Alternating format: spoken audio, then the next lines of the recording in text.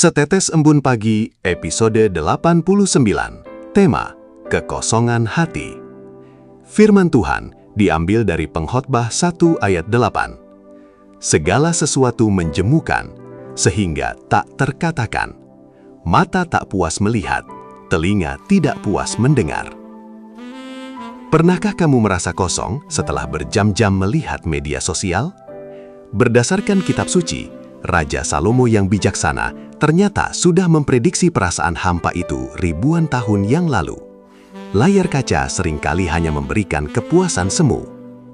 Istilah doom scrolling mengacu kepada kebiasaan terus-menerus menggulir berita atau media sosial, terutama yang berisi informasi negatif, menakutkan, atau membuat hati dan pikiran semakin lelah.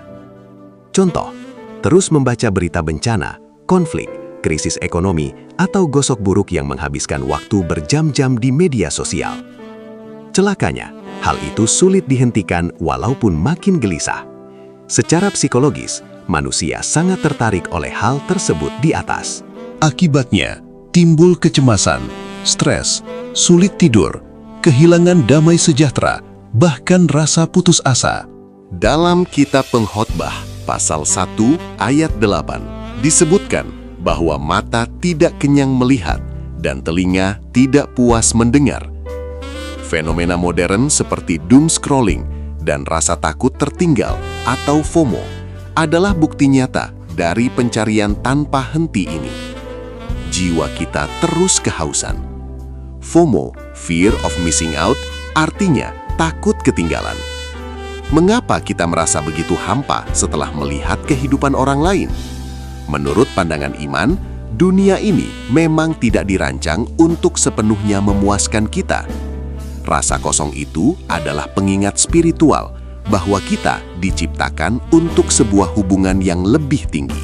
Pengkhotbah berkata, dunia tidak bisa memuaskan jiwa manusia. Mata tidak puas melihat, telinga tidak puas mendengar, menggambarkan bahwa manusia selalu ingin lebih, melihat lebih banyak, memiliki lebih banyak, mengalami lebih banyak, mendengar hal-hal baru terus-menerus. Namun setelah mendapatkannya, hati tetap kosong. Ini menunjukkan bahwa kebutuhan jiwa manusia bersifat rohani, sedangkan dunia hanya memberi kepuasan sementara. Karena itu, kesenangan cepat habis, hiburan terus dicari, ambisi tidak pernah selesai. Hati manusia sebenarnya diciptakan untuk Tuhan, bukan sekadar untuk dunia.